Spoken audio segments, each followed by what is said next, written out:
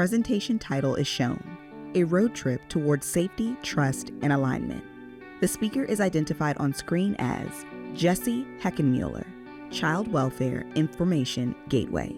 She, her, hers. Welcome. My name is Jessie Heckenmuller, and I'll be your tour guide as we take this journey. We invite you to hop into the passenger seat for a road trip with South Carolina's Child Welfare Division. Today, you'll hear how their workforce left a culture and climate driven by compliance and fear in the rearview mirror and made their way to a destination point of a flourishing culture grounded in safety, trust, and alignment among professionals across the Child Welfare Division. We'll be joined by leaders at all levels on this road trip. First, you'll hear from Mike Leach, South Carolina Director of Social Services, highlighting adaptive leadership approaches on their journey to successful transformation. Emily Madeir, Deputy State Director of Child Welfare Services, will share the technical leadership strategies that complemented the adaptive changes, as well as some of the exciting outcomes that they've seen as a result. Then we will engage leaders who have been along for the ride, including Josie Jones, Director of Child Welfare Services, Safety Division, Nikita Harrison, Director of Child Welfare Services, Operations Division, Tamika Watson, Chesterfield County Director, and Siobhan Banks, Team Leader, Family Preservation. They will share their experiences and contributions to the transformation. Finally, we'll bring everyone together to discuss challenges, takeaways, and what they're most proud of. We expect that you'll leave this session inspired to chart your course to a culture in which the child welfare workforce is equipped for success. Speaking of that, let's turn to Emily for some reflection questions that will help you think about the landscape for your own leadership journey. So as we begin to think about building a child welfare workforce that's equipped for success, the speaker is identified on screen as Emily Madeira, South Carolina Department of Social Services. She, her, hers. I'd like to invite each of you to reflect on your own experiences, your past or your present teams, or other teams that you've been a part of. First, think about the best teams that you've ever been on. What made them so great? What words or images come to mind when you think about the best team that you've ever experienced? Now think about the current team, the workforce, or the organization that you're a part of today. Write down 1 to 3 words that describes your workforce culture as it stands right now.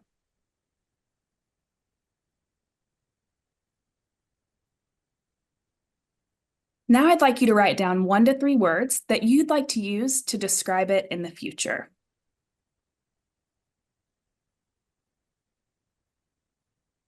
And now I'll turn it over to State Director Mike Leach. Thanks, Emily. Thanks, Jessie. The speaker is identified on screen as Michael Leach, South Carolina Department of Social Services. He, him, his.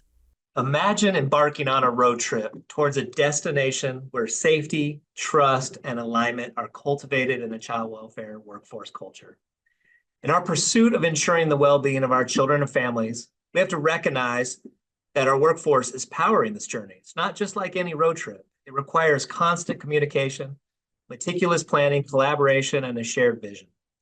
In 2019, when I arrived here in South Carolina, I said, how do we start? Well, we must engage. Then we team, assess, plan, implement, and adapt. But we have to focus on listening first. And then we build capacity, continue to enhance our processes, we can improve quality, and we will see better outcomes. We need to use where we are as an opportunity to improve the whole overall system. There's always work to be done to enhance how we serve our citizens. We will work at innovative approaches with urgency and energy in this work. I knew that South Carolina could become a standard of excellence in child welfare and to make the children and families of South Carolina one of the state's highest priorities. This was our collective destination point, but to get there, we had to transform a fear and compliance-based workforce culture to one of safety, trust, and alignment. And it was going to take some adaptive leadership to get there. In a moment, I plan to share some of the checkpoints on our road trip to this destination point. But I want to start by sharing, just like any road trip, you may not know every turn-by-turn direction from the get-go, and there will be some challenges along the way. We've encountered roadblocks, detours, unexpected hurdles. However, It's how we've navigated these obstacles together that has defined our success.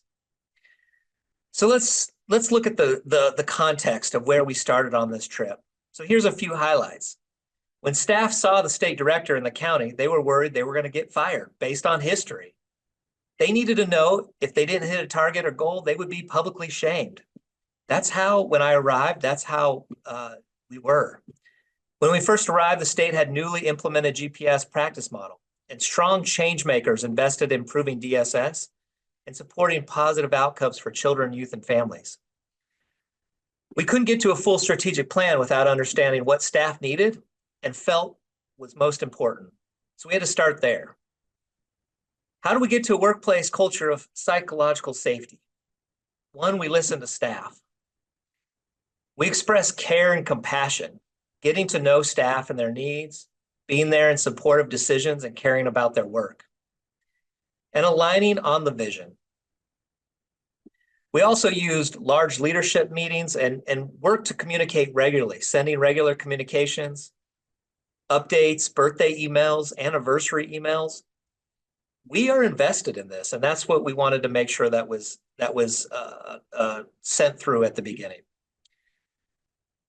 Our first checkpoint was safety. How do we get to a workplace culture of trust? Trust is inclusive of trust between colleagues, trust between leadership and frontline staff, and most importantly, trust from the community we serve. So we needed to do a few things. We needed to take action to reduce barriers staff bring up. Building a culture where speaking up is encouraged. Valuing diverse perspectives and honoring the voices of those on the front line, our professionals. Getting input on policies and practice from those most impacted and making changes based on what is most important to them. Not just a memo, but a policy. And then we needed to equip staff with our needed resources. Make sure we have enough positions, increase salaries, created a salary plan, a salary ascension plan, and provided other concrete supports like Katana, EAP, newer and more vehicles, and better technology.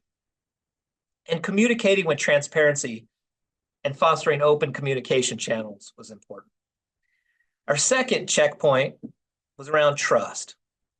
How does the workforce move forward in alignment, where every member of our team is moving in sync toward a common goal? We have to align on purpose, values, roles, and goals, and we have to continually do that. We then work to develop a strategic plan, make everyone's role in it and contributing to it clear. And again, communicate with consistency. The third checkpoint, alignment. How do we make sure our workforce is aligned and seamless and there's collaboration? So we implemented the strategic plan. We worked with a team approach, improving team dynamics. We offered leadership coaching through Coach Approach. And we improved all our training, updated training and brought it in-house, paid peer support team members, mentoring programs, and again, communicate with transparency and consistency, emphasizing accountability. Do you know your role? Do you know what's expected of you? And do you know that we're here to support you? And our fourth checkpoint is sustainability, our destination point. Becoming a standard of excellence in child welfare and to make the children and families of South Carolina one of the state's highest priorities. Pursuing a workforce culture focused on safety, trust, alignment, and sustainability has made it possible for us to transform our approach to child welfare and achieve positive outcomes for children, youth, and families. And this has included having a strong workforce and reducing our turnover rate through supporting training and best equipping our staff to carry out their roles serving children and families. Ensuring that whenever possible, children and families are able to be strengthened and thrive in their homes and in their communities. And strengthening partnerships with community agencies and increasing our local service array throughout South Carolina.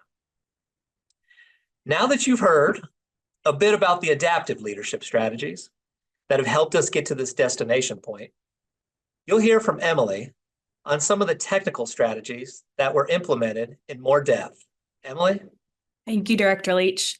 So when we began thinking about building a workforce and a work culture that felt valued and that could be successful in this so difficult work that we are asking them to do, we started with a philosophy that was based in research around what helps create a successful and sustainable child welfare workforce.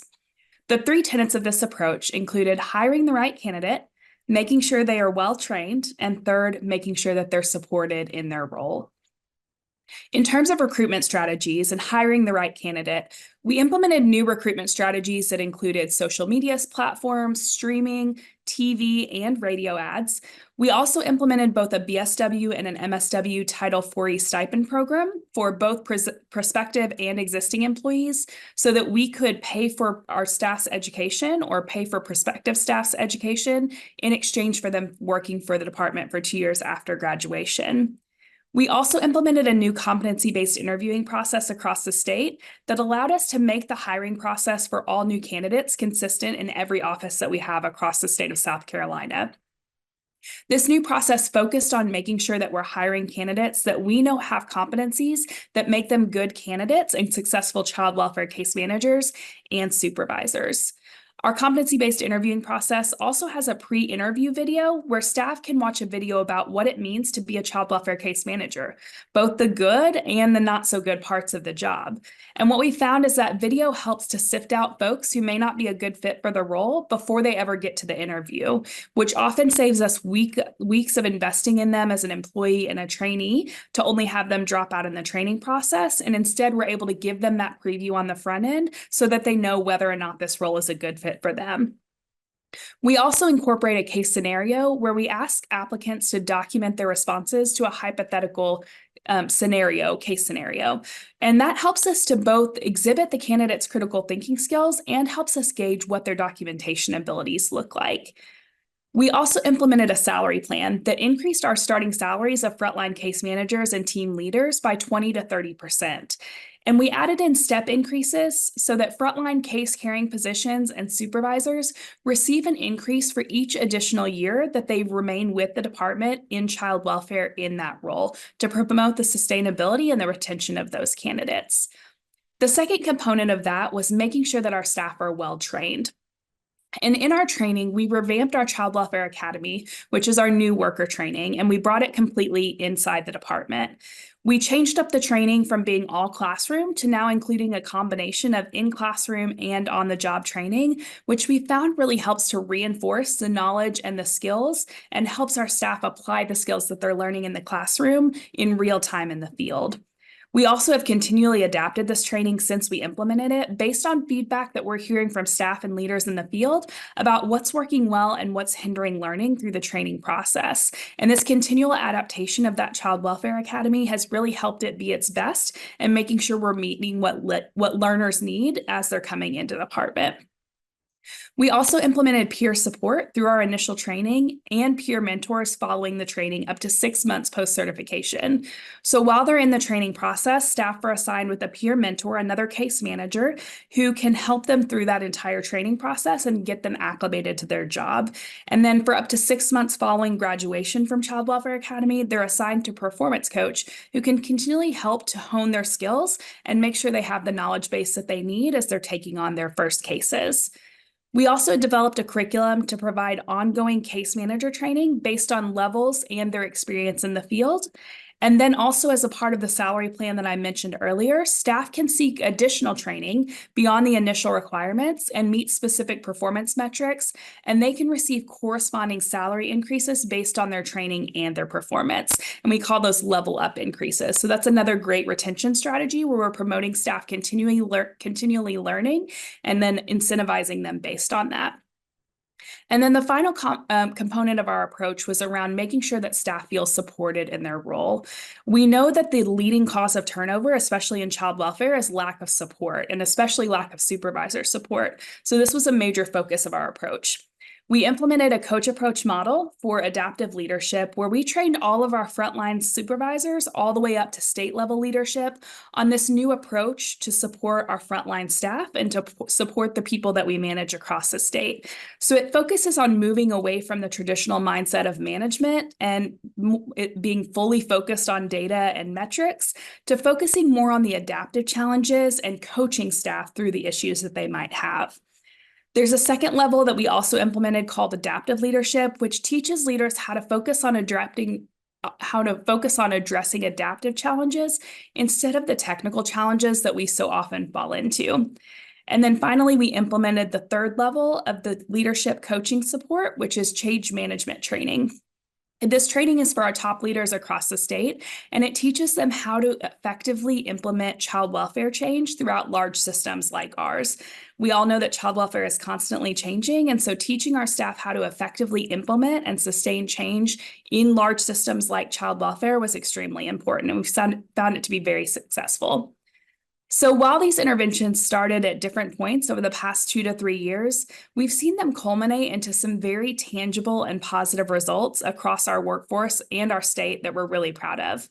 We believe that each of these 3 approaches that we've taken has combined to contribute to the results that we're seeing, and that any singular tactic or approach on its own wouldn't help us see the improved and sustained results that we're seeing today. So some of the key outcomes that I'd like to share with you that we've seen as a result of the strategy that we put in place is we now have a 7% vacancy rate across all of our child welfare case manager positions, meaning we're 93% staffed in all of our case manager positions statewide. We're 98% staffed across all of our direct case manager supervisors, and we only have a 13.1% vacancy rate across all of our child welfare staff, which is over 2,600 positions across the state. We've also seen our annual turnover decrease by 5%, and we've seen a decrease in rates of turnover within employees within the first year of the agency. We've also seen our average caseloads decrease, which allows a more focused and intentional work with families. And we've seen, among other intentional efforts, this to lead to a decrease in overall cases with the department that the department is involved in. So we've seen a decrease of over 850 investigations compared to 2022, a decrease of over 1,500 family preservation non-custodial cases compared to 2022, and a decrease of over 1,000 children and youth in foster care as of April 2024 compared to May 2019. So we're really proud of the results that we've seen and the efforts that we've put in place. So now I'm going to turn it back over to Jessie for interviews of some of our leaders at all levels of the system. Thank you so much, Emily. What an excellent overview of technical and adaptive leadership strategies that have made such a difference for South Carolina's Division of Child Welfare Services. I'm so excited now to interview a few of the key leaders that made some of this possible. Josie, could you join me on screen? So Josie, you've been with South Carolina Department of Social Services for 18 years, and around 2016 is when they first started the development phase for the practice model. You've been there since the beginning.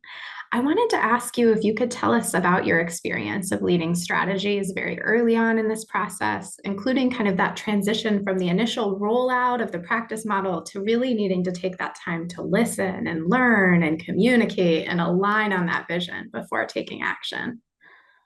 Well, thank you, Jessie. Yes, the experience was very rewarding.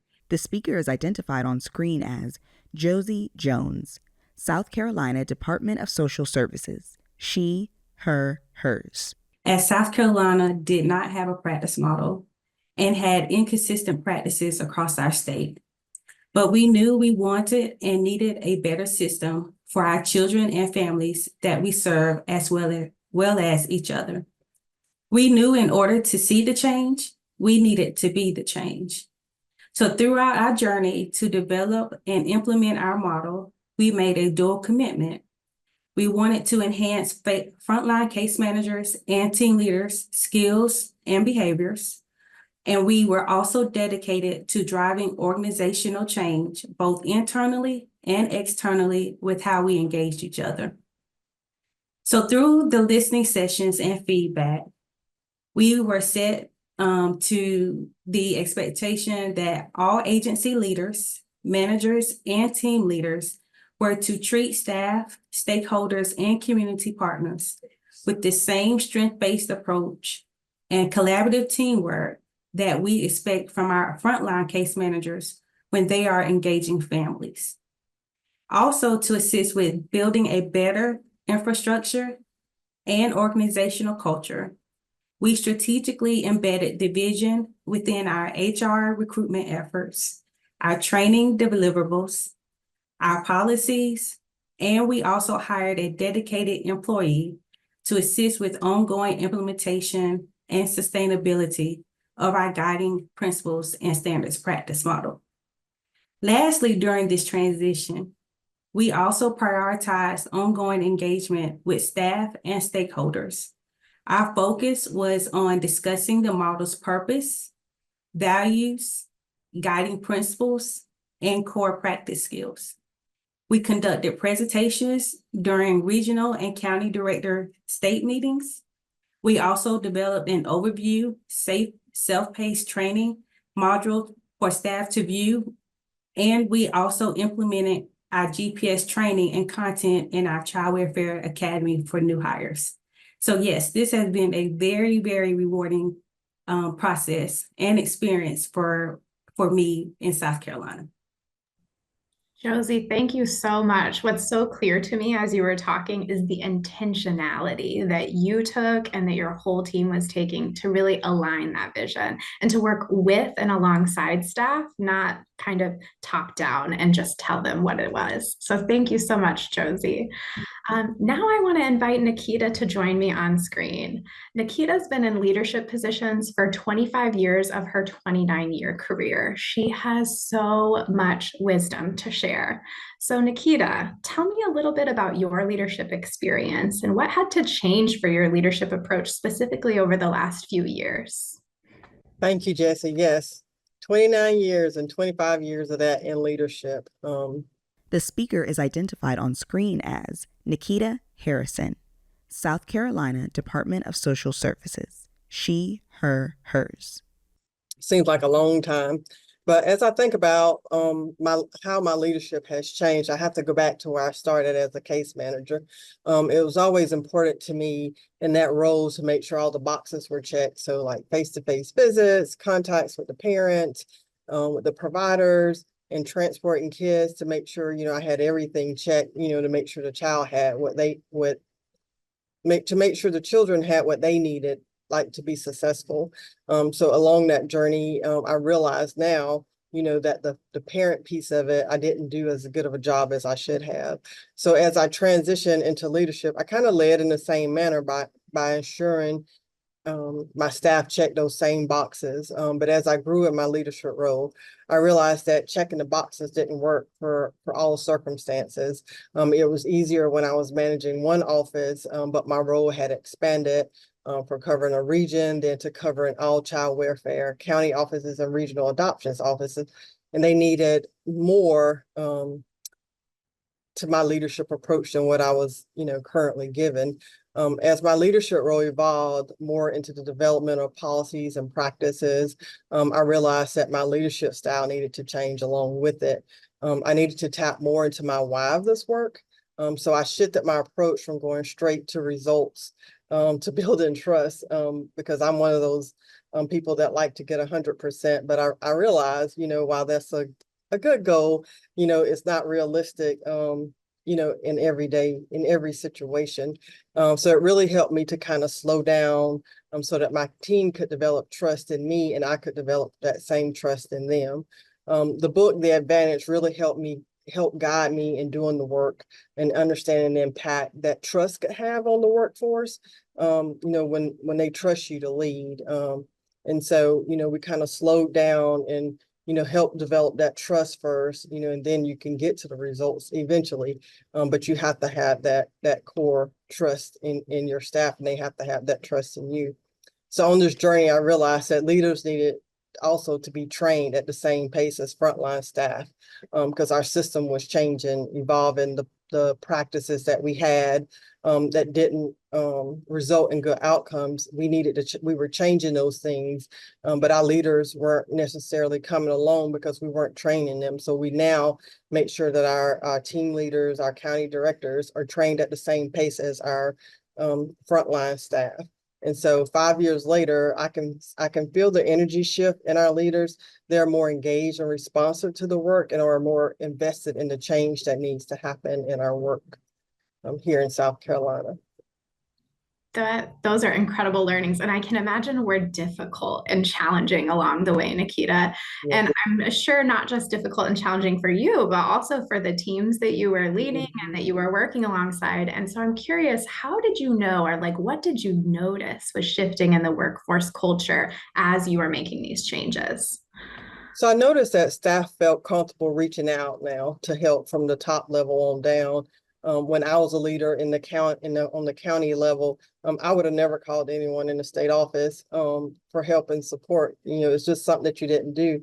But I'm now, we've created that environment where staff feel comfortable calling me, Emily, Director Leach, from frontline staff all the way up to our team leaders.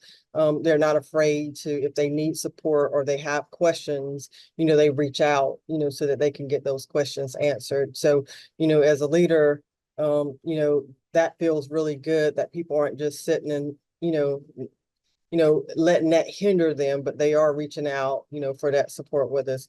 Can we pay for this? Or, we're trying to do this practice, it's not working. Or if they find things in the practice that, is not working, they reach out, they inform us of those things so that we can work on them, so that they can have what they need to do the hard work, because they're the ones, the frontline staff, that are doing the hard work. So I'm glad we've created that environment to where, our staff are not afraid to reach out for the support that they need. And that, so, we've engaged our staff in the building of our new practices. They provide, great feedback, and we've utilized that to improve our practice in the work that we're doing here in South Carolina. That's so helpful to hear, Nikita. So the importance of trust, and then also that leaders are no longer untouchable. They're not siloed anymore. They're there, they're accessible, and that staff are reaching out, and that was a huge sign that the workforce culture has shifted. Thank you for highlighting that. So now I want to invite Tamika to join me on screen. Tamika stepped into her leadership role with Chesterfield County in 2020. A very uncertain time for all of us, and particularly in child welfare agencies across the country in light of the COVID pandemic.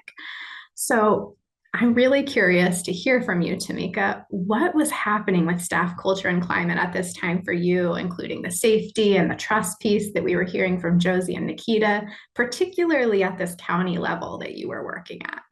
Okay, thank you, Jessie. I do appreciate it. The speaker is identified on screen as Tamika Watson, South Carolina Department of Social Services. She, her, hers. Although I've been with the agency for 23 years, before becoming county director, I spent 7 years in economic services. So not only were things unknown for my workers, it was just completely new because they had to learn not only the new practice that was going on, but I was learning right alongside them. And they also had to learn my leadership style as we went along. So we had a lot going on here in Chesterfield. And as was mentioned before, one thing that I had to do was get rid of that fear culture that was so prominent in our office.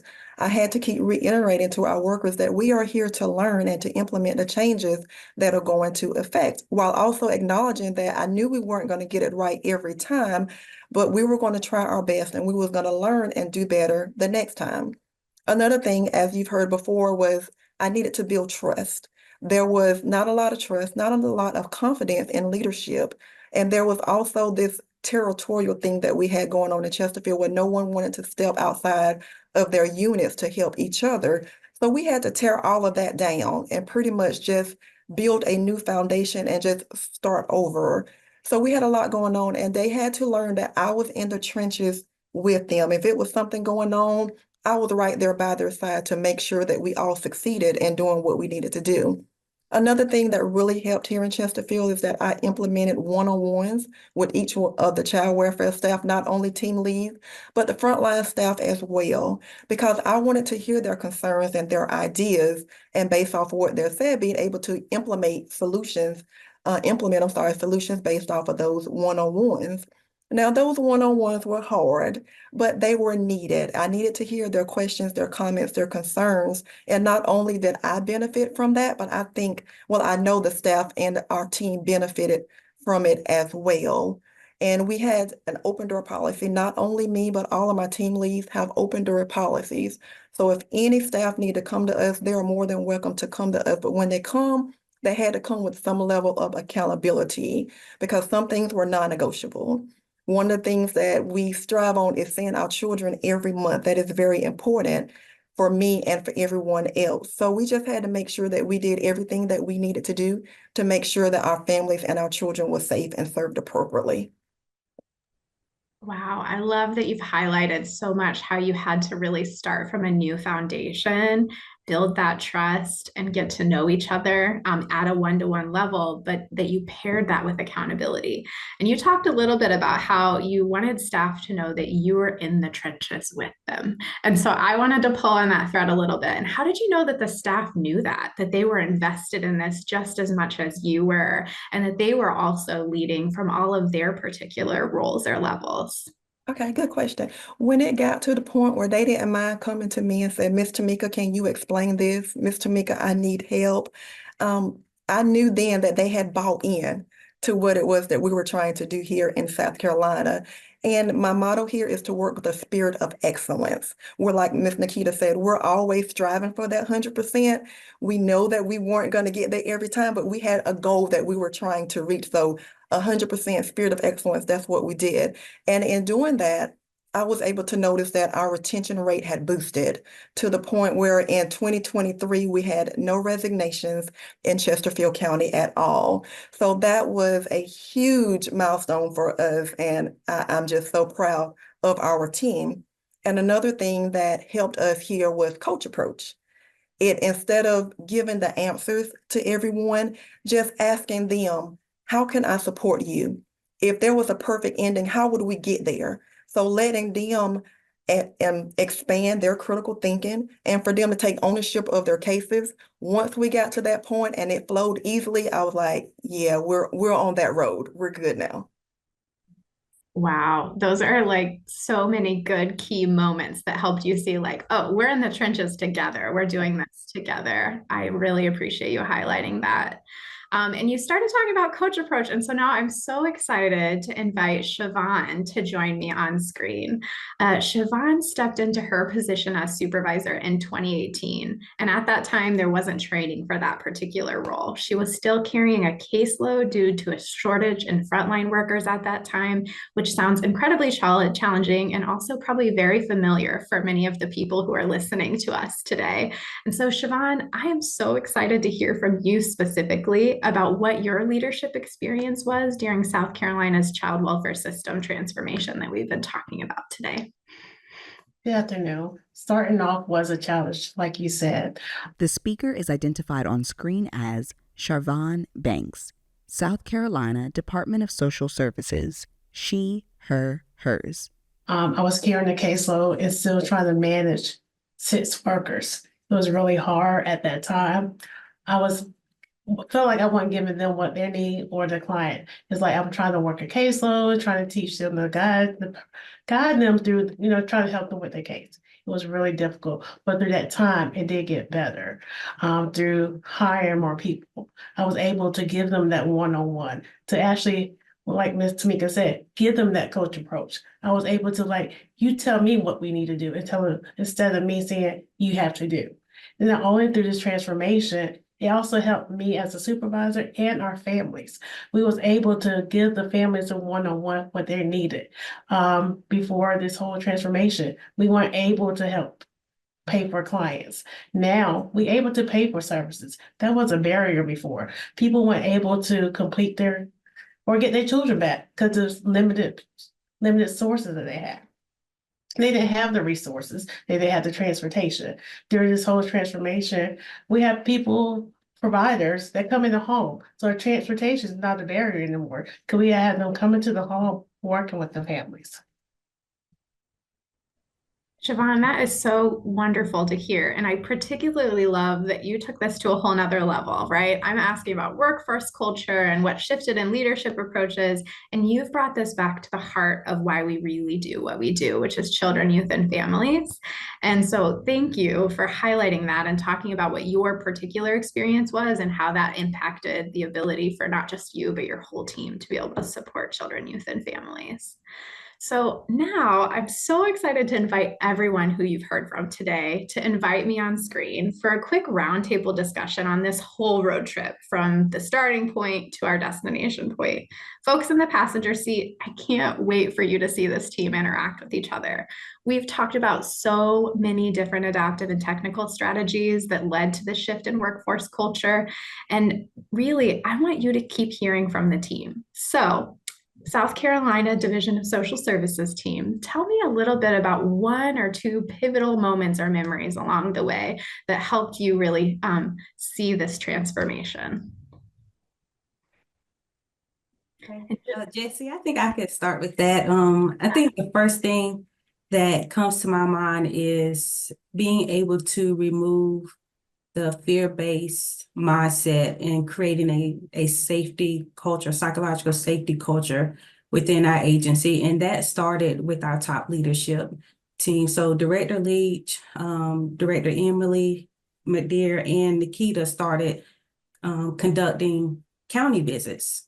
So they were going across our state. We have 46 counties and 4 regional adoption offices, where they were going to every office, meeting with case managers, team leaders, where you probably know them as supervisors, team coordinators, deputy county directors, everyone, and just getting to know who they are, trying to find out, what's working well in their counties, what needs to happen, what needs to change. So they started the culture of listening to our staff.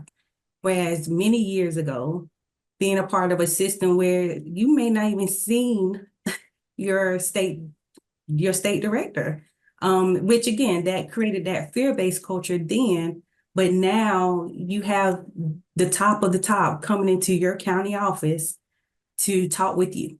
And I'm not talking about 15 minutes, 20-minute conversation. I'm talking about an hour conversation, sometimes all day in a county office, hearing from everyone. And that meant a lot. So I believe that started some of that pivotal shift in our agency, which is extremely huge, getting the leadership to buy into what's happening on the grounds. I agree, Josie. Like when me and Emily first started out, I think Director Leach started his visits initially.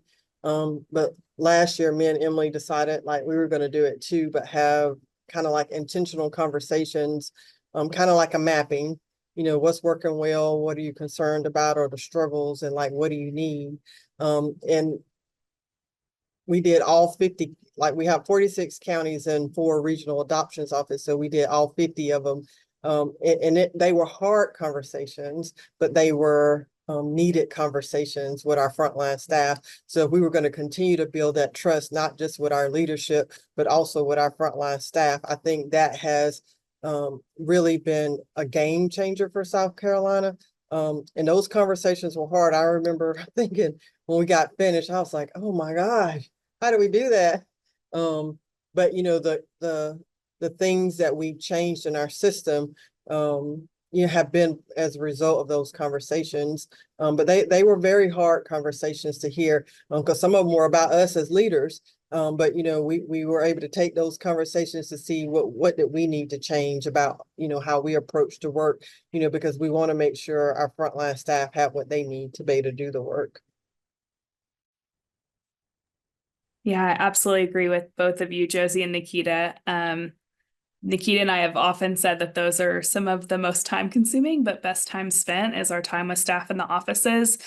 Because as people, and I'm sure there are many people listening who are state level leaders, it's easy to stay in your office, right? And you can stay busy staying in your office on back-to-back meetings, but this experience has been so valuable for me because it's allowed us to hear what our staff need. And if I don't know and am not responding to what my staff need, then I'm not being a good leader, no matter how productive I'm being. So although they were difficult conversations, I believe that a lot of the progress that we've made, a lot of the trust that we've been able to build, a lot of the forward momentum that we've been able to have been as a result of hearing staff and hearing what they're concerned with and hearing what they need, and then being responsive to those things.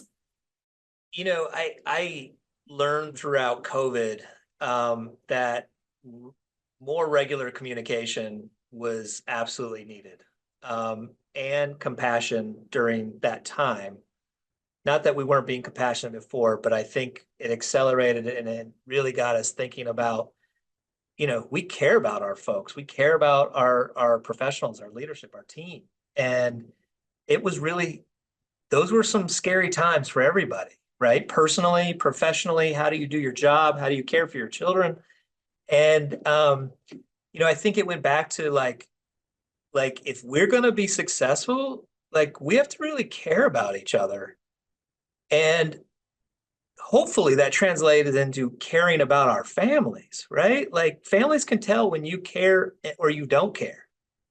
And they're going to make progress or not make progress based on that. And so, you know, that has to be part of this. And I think as the couple things that came to mind is, you know, I'd send regular questions out, cultural questions, just culture questions, just to get folks' thoughts on different general things. And as time went on, the responses were really deep and thoughtful, and you could tell they were really working that. And when I'd ask about particular cases, as I do once in a while, I say, hey, tell me more about this case. You can feel it. You can see it when they write back or tell you what's going on. And you could start seeing those shifts that Siobhan mentioned and Tamika mentioned. So that was exciting when that started happening. Also through this transformation, not only for the staff, it was also for our families. They felt important because with this transformation, we included our family.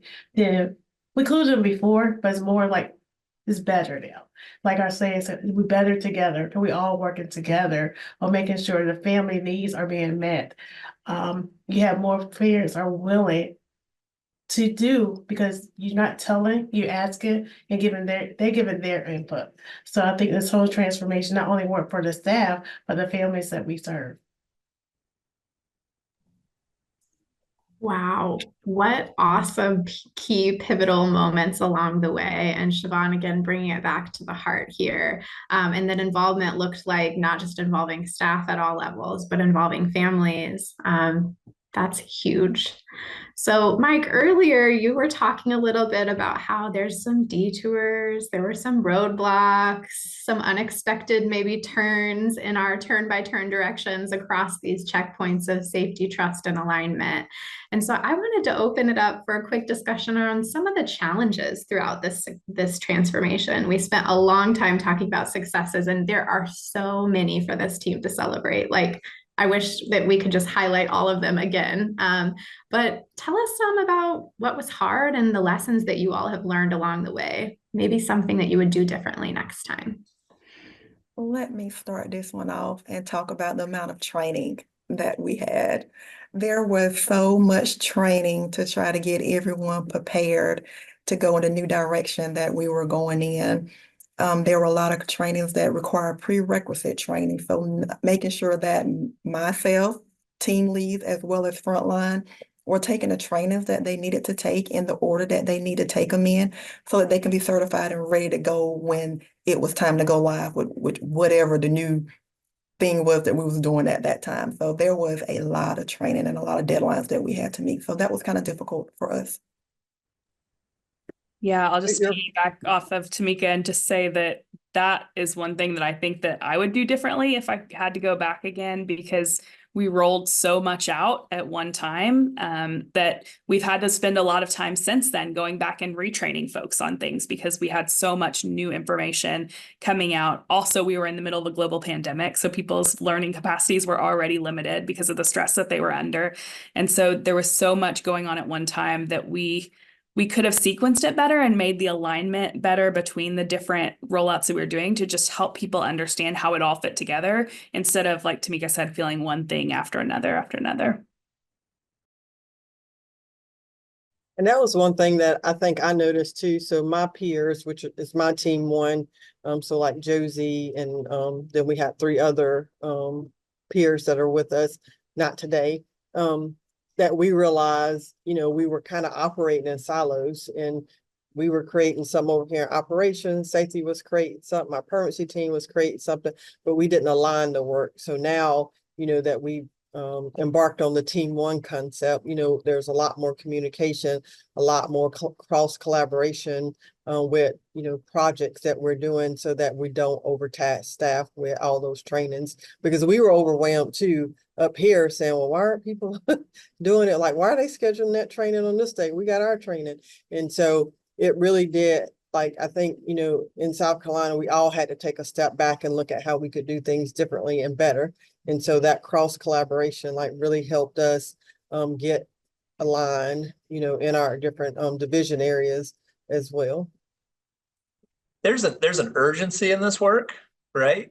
And our families deserve that because they need the best of us, right?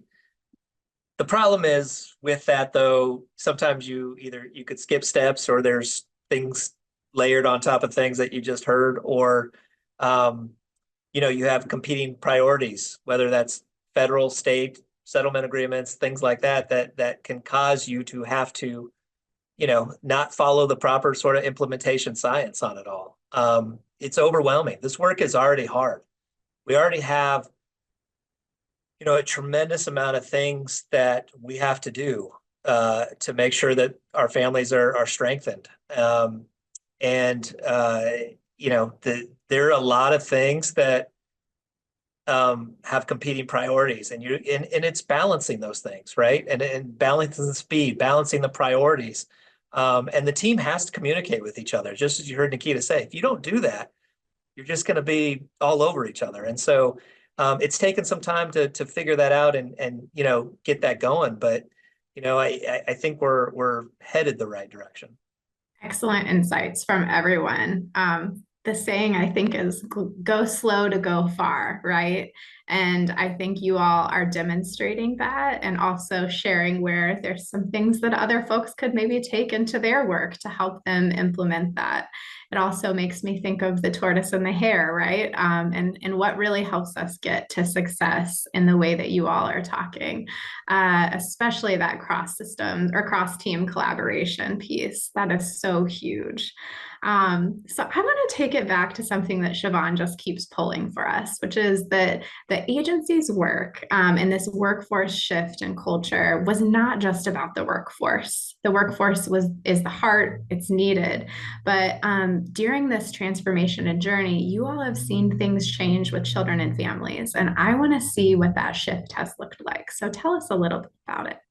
Maybe Mike, you could kick us off. Yeah, you know, I want, from the beginning, I wanted to make sure that we had a belief in family, right? That we believed in families, that we listened and understood their values, and we supported families through their journey, and to hopefully build hope and brighter futures, right? They have to believe that, right? You know, our young people, we talk about, you know, indicators for success, right? It's a connected, caring adult for long-term success, right? And we have to make sure that our staff know that, one, they're cared about, we're connected, but our families also need that, right? They need to be believed in. So I think that's where, you know, we have to try, we have to give an effort to make sure that we're doing, and then, you know, and then give them the support so hopefully they can be successful. But I think for me, that's where it started. I want us to believe that families can be what they want to be, strengthened and, you know, doing their thing. And so, yeah. And Jesse, I think listening, like we've created opportunities to hear our families' voices in working with our lived experience parents, and also our youth, our young adult youth. sometimes it's really hard to hear our young adults, how they experience our system. But those conversations are needed so that we can change, so that we can make sure they have the same experiences as our own personal kids have. And so that work is like very important. Like I remember when we were creating our visitation policy, and we let our lived experience parents like review that policy for us and provide us feedback. It was very eye-opening, but it also helped us create, something, that worked for our parents as well, and not just, for the system, but we included them in those conversations. And so we've had them on several of our developed work for, when we're developing practices. And so that's been like, I think, another game changer for South Carolina as well. Siobhan, I think you talked a little bit about how that impacted the community and even how the community has seen the agency. Could you tell us a little bit about that specifically? As everyone know, everyone think DSS are baby snatchers, but I think with this transformation, it has really brought the community to have a different aspect of DSS. They're seeing like now they have a voice. Their opinion matters. So this whole aspect of DSS is look like, oh, they're not here to just take my kids. They're here to help me, not only help me, but better my family. Yeah, that's so beautiful, Siobhan. I think a lot of what we've tried to do, right? Director Leach talked about this earlier about centering families. A lot of what we've tried to do as a leadership team is to allow people to do what they got in this work to do, which is to serve children and families. We don't get into this work because we want to comply with a specific data metric, right? Or reach 100% or pass a CFSR or comply with, a specific review or something like that. We get into this work, all of us do, no matter where you sit in the system, we get in this work because we want to help children and families. And so that's what we've tried to do as a leadership team, is to remove any barriers, remove any obstacles that get in the way of doing that, and give our staff whatever they need to be able to help children and families in the way that the family says that they need the help. That's so beautiful. I love that you all talked about how the workforce culture and the things that were changing there had a direct connection in your ability to meet the safety, permanency, and well-being goals that you have for children, youth, and families in your county, in your state, I should say. So to close out the roundtable, I wish we could keep talking all day long. This conversation is wonderful. But to close it out, I want to invite each of you as a South Carolina leader for the Child Welfare Services, to share something that you're most proud of during this transformation, or one takeaway that you hope child welfare staff who lead at all levels will walk away from hearing about your road trip. You may not have time to speak to both, but I want them to hear from each of you. Josie, you want to kick us off? Sure. I think if there was one thing that I could share that I'm most proud of, is being a part of the change. I spoke about it a little earlier, but just being able to see the change. Here in South Carolina, we've gone through a lot. This transformation has been a rewarding transformation, but years prior to, we started something, we stopped. We started, we stopped. Leadership at the highest level shifted. But being able to have consistency, having consistent leaders, having leaders that have bought into not only the workforce, but the community, our children and our families, it has brought a big sigh of relief. It makes you want to come to work, to do the work and be successful at it, but also be able to see the families thrive. So being a part of the changes is one of my best, proudest moments of being in this system and still being with South Carolina Child Welfare. I would also just share that if there was one thing I could tell any leader that is in the Child Welfare Division, listening to our roundtable and our roadmap through our transformation process, is to listen. The listening is vital. And as you heard from my leaders today, all it took was listening to staff, employees, hearing what their concerns were, hearing what they felt like could make the system better, thinking outside the box, and then going back and figuring out how can we make that happen. And as of today, we have seen a better South Carolina system. And I do know things are going to come after that, but right now in this moment, I'm happy about that. And I would say to any leader out there, just listen to your staff. Absolutely, Josie. And I will say, for one thing that I am just like proud of on a local county level is just a shift in the atmosphere. You have workers who don't mind coming to work. Like Josie said, they don't mind getting in there and doing what needs to be done. So just a shift, where we've come so far under these 5 years that Director Leach has been here. And it's just amazing. I'm enjoying the ride. And if there was one thing that I could say is that this work is hard, but it's absolutely doable. It can be done. Once you get that mindset shift, the work can be done, and the reward is worth all the sacrifices that we put into it. So it is a rewarding job. This is the hardest work there is, and I'm most proud of just the dedicated, passionate professionals we have across this agency. You can tell with this group right here, we have lots of folks who have this mindset and are going above and beyond every day, right? We haven't fixed everything. We're constantly on this journey, right? And there's things that, we go back and forth on all the time. But listen, they are nonstop. They're dedicated. They want better. They want us to pursue, again, that excellence that we talked about earlier. And I'll say, coming from an operations standpoint, what I'm most proud of and thankful for is the work that Director Leach has done with our legislators to get us funding. Because you can't fix child welfare if you don't have the structure you need to do the work. And so, he really did advocate for us, and I'm sure, went back and forth over to our state office, to the legislative office, just making sure they were aware of the work that we were doing.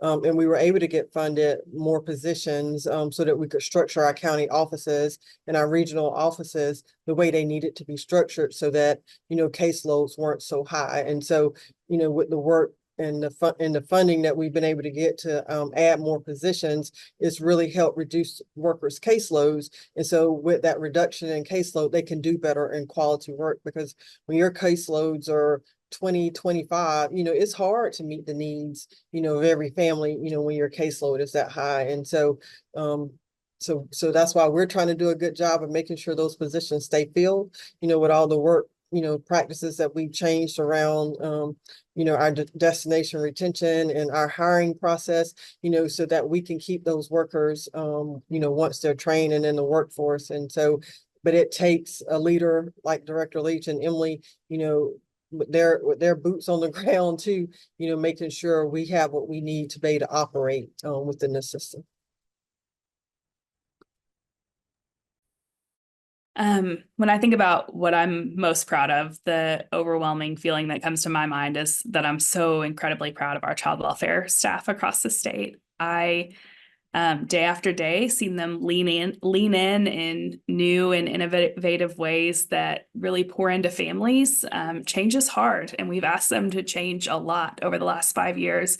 And even still, they have been open and adaptive and continually moving forward to serve families. And I'm just so incredibly proud of that, and so incredibly proud, right? We've talked a lot about what's going well, but it's not perfect. Our system is not perfect. We're dealing with a lot of the same challenges that every other state across the country is, with mental health challenges, with lack of services, with placement instability, with young people who desperately need help. We still have incredible challenges, but even so, staff come to work every single day, pouring out more and more of themselves to love on families and to serve families and to serve children. And so I'm so proud of that. And my one takeaway would be, don't try to shortcut it. It's tempting to try and take a shortcut. It's tempting to try and do it faster, but you'll always have to go back and repeat yourself. So don't take the shortcut.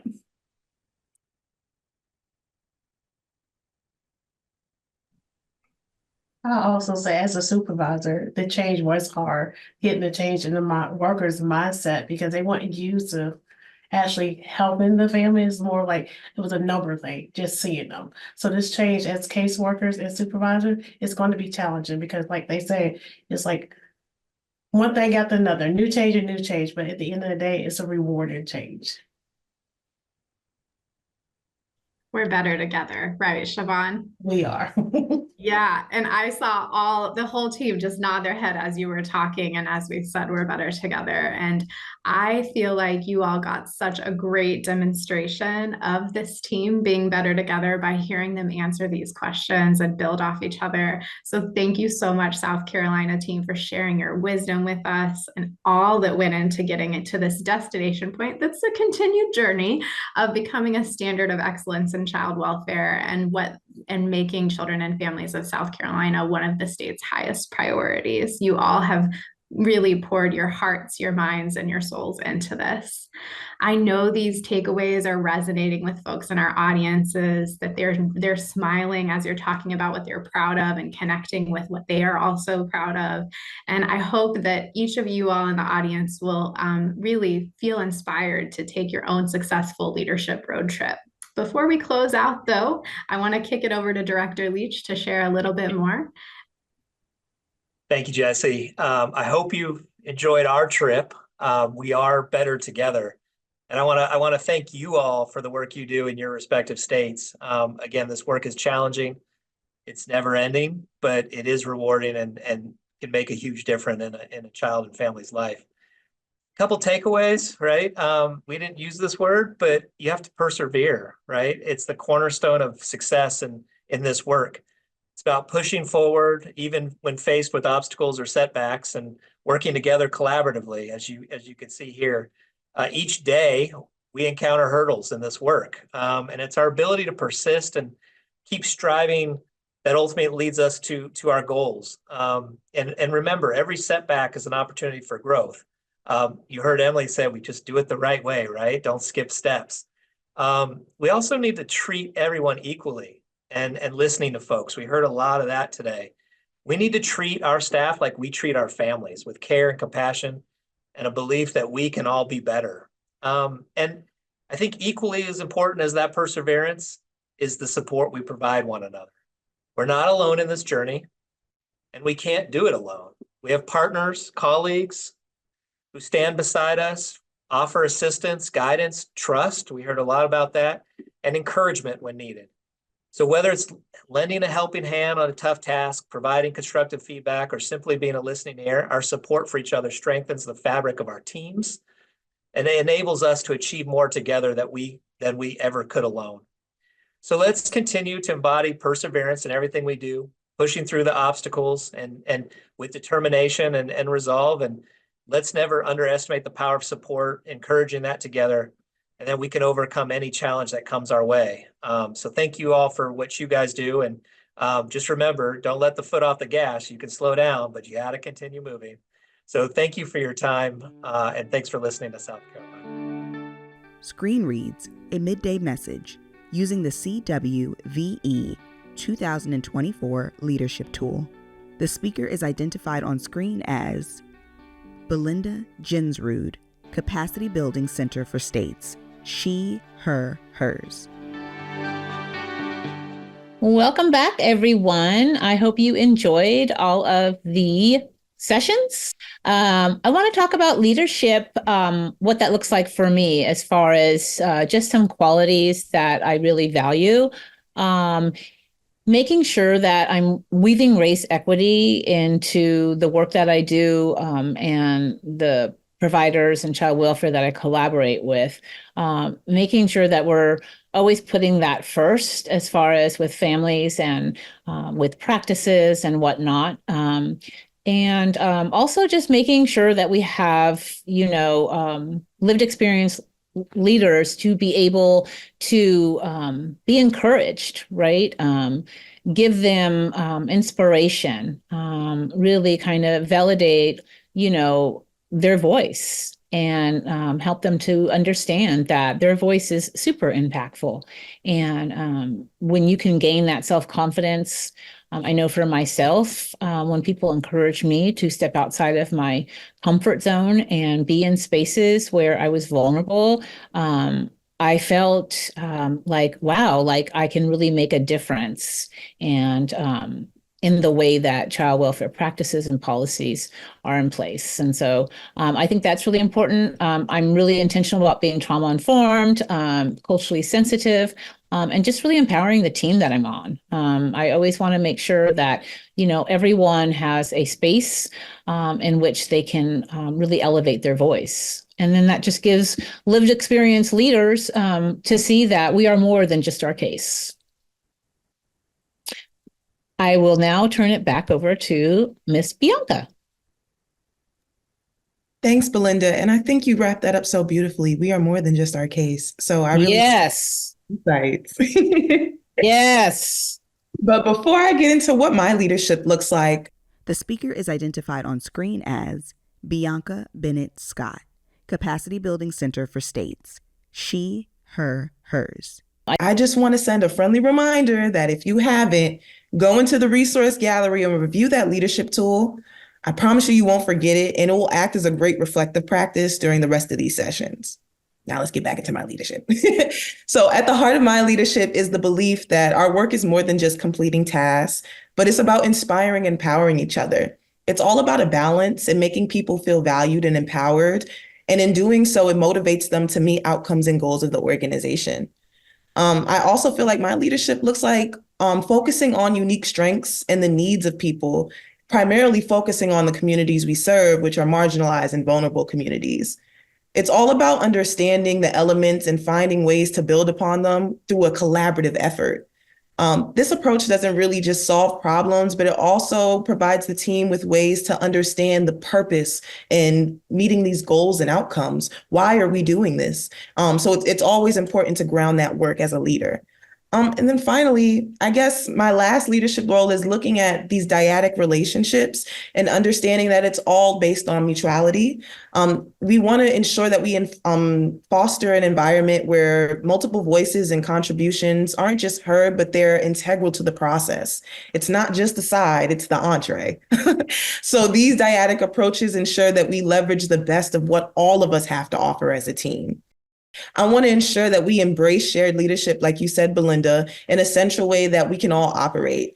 So again, everyone has the shared responsibility and ownership of this decision-making process. So overall, for me, leadership is about I guess it's not that. Leadership is about inspiring and changing people around us by listening to what others have to say. So that's my little spiel. We'll send you back to your sessions and hope you have a great time. Text on screen reads, "This video was developed for the Child Welfare Virtual Expo by the Capacity Building Center for States and is sponsored by the Children's Bureau. Its content does not necessarily reflect the views and policies of the Children's Bureau.